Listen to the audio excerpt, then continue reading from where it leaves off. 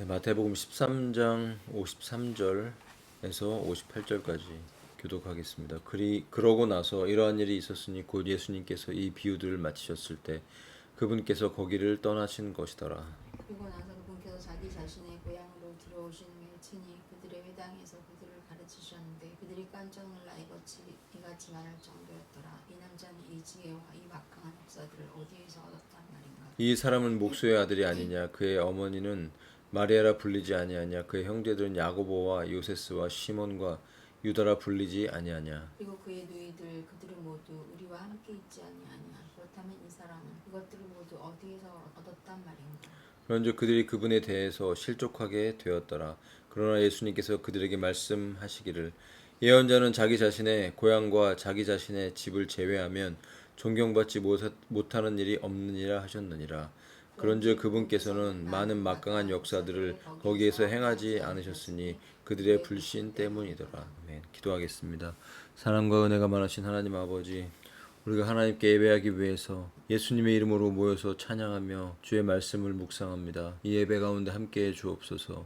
우리가 지난 한 주 동안 주님 앞에 은혜로 살았던 모든 것들을 감사드리며 또한 넘어져서 죄 가운데 거했던 시간들을 회개합니다. 그 피로 어린 양의 보혈로 저희를 덮어 주옵소서. 우리가 믿음으로 주의 자비를 구하며 은혜를 구하며 믿음의 눈으로 보좌 앞으로 나아갑니다. 이 시간 함께해 주시옵소서. 임재해 주시옵소서. 우리의 모든 죄와 허물을 덮어주시고 성령으로 채워주셔서 하나님의 뜻대로 살아갈 수 있는 자들, 하나님을 기쁘게 해드리는 자들로 살아갈 수 있도록 도와주시옵소서. 예배를 방해하는 모든 세력들, 마귀와 악한 영의 모든 더러움들을 보혈로 덮어주시고 씻어주시고 새롭게 해주시옵소서. 이 시간을 주님께 올려드리며 귀하신 예수님의 이름으로 기도했습니다. 마태복음 13장의 비유가 다 끝나고 마무리되는 이제 그런 부분입니다. 지난주까지 이 비유의 말씀들을 잘 나누고 오늘 이 본문의 말씀을 통해서 이 비유를 마치고 나서 거기를 떠나셔서 이제 자신의 고향 나사렛 땅으로 들어오신 이후에 일어난 일입니다. 그들의 회당에 들어가셔서 다시 말씀을 가르치셨어요. 그런데 그들이 깜짝 놀라 이같이 말을 했습니다. 너무나 놀랐어요. 그러니까 그 말씀이 서기관들 바리새인들 같지 않고 정말 생명력이 있었고 능력이 있었고 그래서 그 말씀을 들었을 때 놀랐어요. 놀란 것 자체는 나쁜 건 아니죠. 그러니까 우리가 예수님에 대해서 알게 됐을 때 놀라지 않으면 이상한 것이죠. 그런데 놀랐지만 그 놀람의 종류에도 여러 가지가 있다는 걸 알 수가 있어요. 긍정적인 놀람도 있고 부정적인 놀람도 있죠. 오늘 이 본문은 예수님이 씨 뿌리는 비유를 알려주시고 그 씨가 여러 종류의 밭에 떨어진다. 그러니까 하나님 말씀을 들어도 그 사람들의 마음과 다 달라서 길가밭도 있고 가시덤불에도 떨어지고 돌짝밭에도 그 바위 위에도 떨어져서 깊이 열매를 맺지 못하는 그 말씀 때문에 그 말씀이 너무 듣기는 좋은 거예요. 말씀 들으면 좋다. 우리를 구원하기 위해서 우리를 축복해주기 위해 예수님 오셨다. 이런 축복의 말씀들은 너무 좋아하지만 그 말씀 때문에 시험이 오고 말씀 때문에 환란이 오고 말씀 때문에 고난이 오면 예수님을 떠나는 사람이 너무 많다라는 거죠. 그런 것처럼 오늘 예수님이 나사렛 땅에 오셔서 그 회당에서 말씀을 가르쳤을 때 사람들이 놀랐어요. 이 지혜와 이 막강한 역사들 어떤 치유가 분명히 있었겠죠. 기적을 행했겠죠. 그러면 하나님이 정말 원하시는 것은 그 깜짝 놀라면서 그렇구나. 나는 정말 죄인이구나. 그러면서 하나님이 목수의 아들로 오셔서 자기들이 이미 잘 알고 있는 마리아와 또 그 마리아를 통해 나온 그 형제들, 예수님의 형제들, 그리고 그 자매들, 그들로부터 들었던 예수 그리스도의 어떠한 모습이 아니라 지금 일어나고 있는 이 놀라운 현상을 보면서 마땅히 그것을 받아들이고 믿어야 되지만 그들의 마음속에 부정적인 생각이 있었던 것이 분명합니다. 그러면서 뭐라고 얘기하냐면 목수의 아들 아니야? 천하고 평범한 그의 출신 성분을 보면서 이상하다고 생각 드는 거야. 그의 어머니는 마리아라 불리지 아니하냐. 그 마리아가 알겠죠. 그 동네에서. 지금처럼 일산에 100만 명이 사는 것처럼 그렇게 많은 사람이 사는 그런 동네가 아니라 정말 많아야 10,000명, 수만 명이 될 수도 있겠지만 수천 명 정도 사는 동네라면 다 알죠. 시골. 나사렛 동네에 목수의 아들 예수 그리스도, 마리아의 아들, 그 형제와 자매들을 가까이 어릴 때부터 보고 자라왔던 사람들은 충격을 받은 거예요. 도대체 이 나사렛 땅에서 무엇이 거룩한 것이 날 수 있을까? 그의 형제들은 야고보와 요세스와 시몬과 유다라고 불리지 아니하냐. 알고 있다라는 거죠. 그의 누이들도 다 알고 있고. 그런데 이 사람은 이런 것들을 모두 어디에서 얻었다는 말이냐. 자, 무슨 말입니까? 그것을 받아들이기보다는 의심하기 시작하는 거죠. 믿지 않는 겁니다. 어떻게 저런 사람에게 저런 지혜의 말씀이 올 수 있어? 의심하기 시작하는 거죠. 그 놀람이 긍정적인 놀람이 아니라 부정적인 놀람인 거예요. 긍정적인 놀람이었으면 거기에 대해서 정말 놀라워하면서 하나님을 찬양하고 오히려 더 알기를 원하고 더 그분 앞에 믿음의 고백을 드려야 되는 것이 마땅하다는 것이죠. 원래 예수님께서 나사렛 땅에서 그 주변의 갈릴리의 땅에서 많은 기적을 행하셨습니다. 가버나움에서도. 그런데 그들이 그 기적을 보면서도 문제는 뭐냐면 회개하지 않았다는 거예요. 그들의 삶의 방식을 바꾸려고 하지 않았다는 거예요. 하나님의 역사를 경험했으면서 신기하네, 능력은 있네, 그런 건 인정을 해요. 놀라워는 해요. 하지만 그 말씀을 받아들여서 회개하라, 천국이 가까이 왔다, 회개하라, 하나님의 왕국이 가까웠다, 그렇게 선포하는 그 말씀에는 반응하지 않았다는 거예요.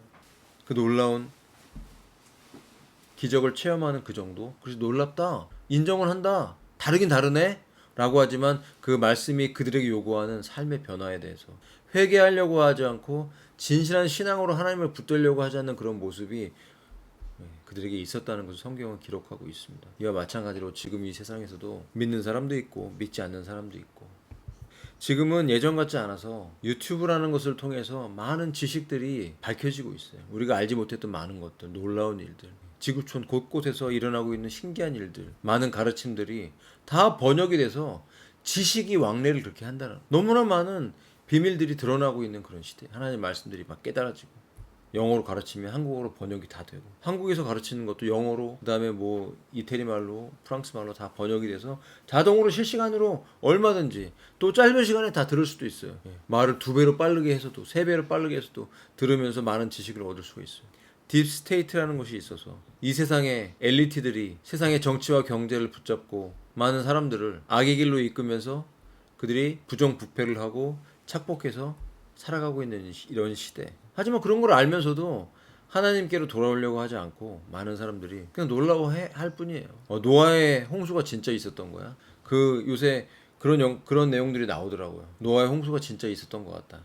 터키의 아라랏산에 있는 그 배 모양의 그 모습을 보면서 이걸 캐내자. 사람들이 뭐라고 얘기하나를 봤더니 너랑 상관없잖아. 그래도 만약 노아의 홍수가 진짜여서 그 배가 진짜로 그 산에서 발견돼서 캐내진다 할지라도 너 안 믿을 거잖아. 이런 반응들도 많더라고요. 아무리 신기한 일을 보여주고 아무리 놀라운 진리를 깨닫게 해줘도 결국 그들의 마음이 그것을 받아들이거나 회개하려고 하지 않고 믿으려고 하지 않을 때 그 삶의 결과는 무엇이냐? 결국 그들은 하나님의 왕국에 들어갈 수 없다라는 것입니다. 천국에 들어갈 수도 없고 구원받을 수도 없어요. 결국 마음의 밭이 중요한 거죠. 어린아이처럼 되지 않으면, 순수한 영혼이 되지 않으면, 하나님 말씀을 그대로 믿고 받아들이지 않으면 인간의 이성으로 그것을 해부하고 어떤 원어와 어떤 그 깊이 있는 의미를 깨닫는다 할지라도 어린아이처럼 되지 않고 그것을 받아들이지 않으면 그 어떤 사람도 회개에 이를 수 없다는 거죠.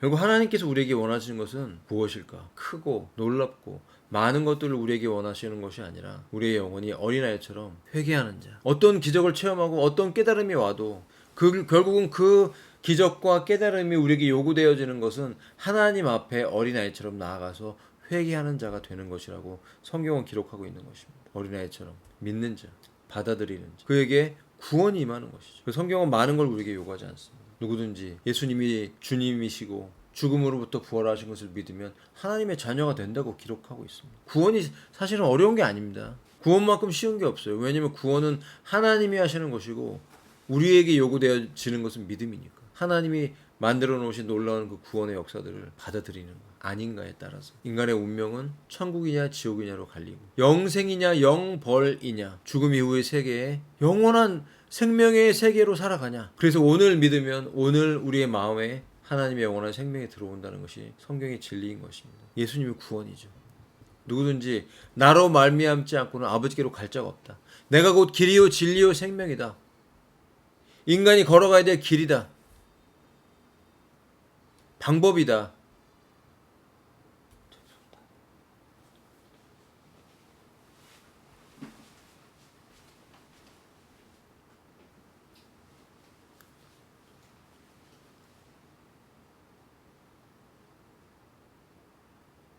내가 곧 길이요 진리요 생명이다라고 말씀하시는 그 말씀이 우리에게 요구되어지는 것은 어린아이처럼 그 말씀을 받아들이고 믿고, 그럼으로써 우리가 하나님의 구원 안에 들어간다는 것이 성경의 명확한 진리입니다.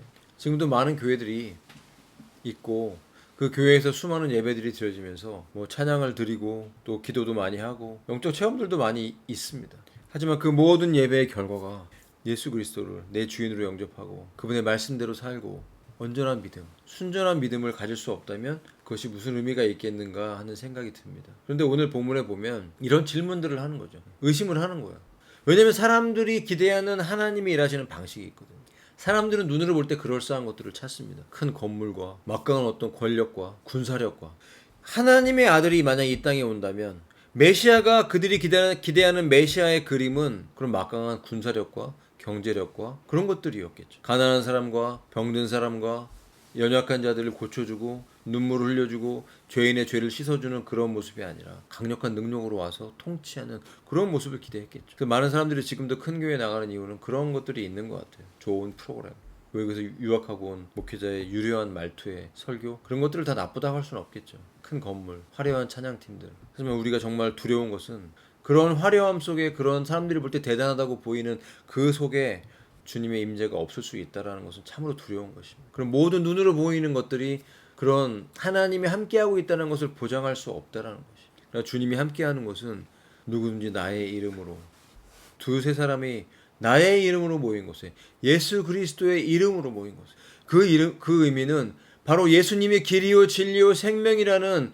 이 진리, 예수님이 아니고서는 하나님 아버지께 갈 수 없다라는 이 놀라운 유일한 진리의 말씀을 붙잡고 인정하고 그 말씀에 복종하는 자들에게 주어지는 약속인 것입니다. 그러나 그 화려한 교회 안에 모든 종교가 연합된다라는 종교 통합의 비밀이 그들에게 숨겨져 있고, 아무리 화려한 찬양과 놀라운 말씀을 증거한다 할지라도 결국 그들이 종교 통합, 가톨릭과 연합이고 모든 종교들이 연합해서 그 안에 구원이 있다라고 말하는 성경 요한계시록의 음료라고 말하는 그런 잘못된 진리를 붙잡고 있는 그런 흐름 안에서 함께 모여있고 예배하고 있다면 그 주님의 인정을 받을 수 없습니다. 그것은 어린아이 같은 믿음이 아닌 것입니다. 우리는 언제라도 어떤 위치에 어떤 자리에 있더라도 우리가 붙잡아야 될 말씀은 바로 예수 그리스도만이 구원이다. 예수님만이 생명이다. 예수님이 영생이다. 예수님이 유일한 길이다.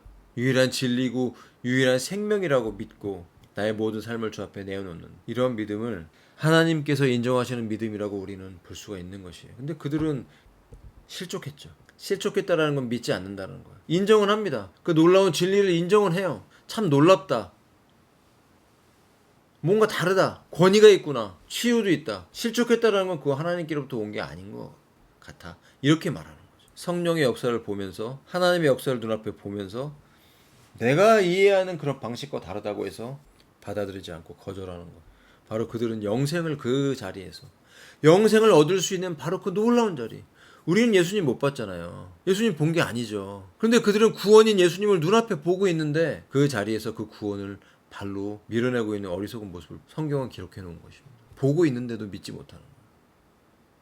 그러나 우리는 보지 못했지만 그 예수님을 믿고 있고 그 영광스러움을 받아들이고 있고 어린아이처럼 예수님만이 구원이라고 믿고 있어요. 이것이 바로 성경에서 말하는 복입니다. 우리는 주님 때문에 실족하는 사람입니까? 아니면 주님을 온전히 믿음으로써 하나님의 역사가 우리의 삶에 일어날 수 있도록 열어놓고 있는 사람입니까? 우리는 하나님을 기대합니까? 아니면 하나님을 불신하면서 의심하면서 오늘 지금 이 시기들을 보내고 있습니까? 우리가 온전한 믿음 안에 거하기를 원합니다. 어린아이처럼 믿기를 원합니다. 주님의 역사는 어디 나타나는가? 불신하고 의심하는 데 나타나는 것이 아니라 하나님 말씀을 붙드는 자들에게 나타나는 것입니다. 오늘 성경이 우리에게 기대하고 우리에게 말씀하고 있는 것은 바로 믿음이죠. 이 마지막 때 하나님께서 요구하시는 것은 무엇이냐면 무엇을 보고 믿는 것이 아니라 보여지지 않아도 말씀을 붙잡고 그 구원이 예수님께로부터 난다 믿고 그 진리를 붙잡고 끝까지 견디는 자들에게 주어지는 하나님의 놀라운 은혜인 것입니다. 현상이나 어떤 사람이나 거짓 진리들과 섞인 모든 그런 모임 안에서 주어지는 화려한 어떤 것들을 보고 모이는 것이 아니라, 제가 일전에도 말씀드렸지만 너무나 화려한 모임들, 너무나 뛰어난 음악성을 가진 전공한 사람들이 하는 그런 찬양 집회 안에 세계적으로 유명한 목회자가 왔는데 그가 속한 그룹들은 종교 통합의 그룹, 로마 캐톨릭과 하나 돼서 기도하고 있는 그런 잘못된 모임들, 거기 구원이 없습니다. 그것은 예수님에 대해서 실족하는 자들이 있는 것입니다. 왜냐하면 예수님만이 구원이라고 믿지 않았기 때문이죠. 오직 복음으로 구원받는 것이 아니라 세상의 잡다한 종교들, 온갖 사단이 뿌려놓은 가라지와 그 큰 나무 위에 앉아있는 새들처럼 거짓 선지자가 뿌려놓는 그런 잘못된 가짜 복음들을 들으면서 예수님을 향해서는 실족하는 자들과 같다라는 것입니다. 두렵고 떨리는 마음으로 우리가 이 마지막 때를 살아가면서 오직 주님만을 붙잡고 하나님이 나와 함께한다. 하나님 말씀은 살아있다. 예수님만이 구원이다 믿고 하나님이 일하실 거라고 기대하면서 끝까지 믿음의 선한 싸움을 싸우는 하나님의 사람들이 되시기를 축복합니다. 우리는 실족하지 말아야 됩니다. 넘어지지 말아야 됩니다. 주님이 나와 함께하는 것 아니지 않나? 눈에 보이는 거 하나도 없는 것 같은데? 라고 사탄이 우리에게 의심들을 심어놓을 때 끝까지 믿음의 시험에서 주님만을 붙잡고 다시 결단하면서 하나님 우리에게 열정을 부어주십시오. 예배와 하나님을 향한 믿음과 온전히 주님이 기뻐하시는 순종으로 나아갈 수 있도록 주님 저희들을 이끌어 주시옵소서. 그렇게 기도하면서 예배드리고 기도하고 깨어있는 믿음의 선한 싸움을 싸우시기를 축복합니다. 그럴 때 우리는 예수님 때문에 실족하는 것이 아니라 바르게 서서 주의 오심을 증거하고 주님을 기대하면서 이 마지막 때를 승리하는 삶을 살아갈 수 있도록 주님께서 우리를 붙드실 줄로 믿습니다. 깨어있는 저와 여러분 되시기를 바랍니다. 함께 말씀을 생각하면서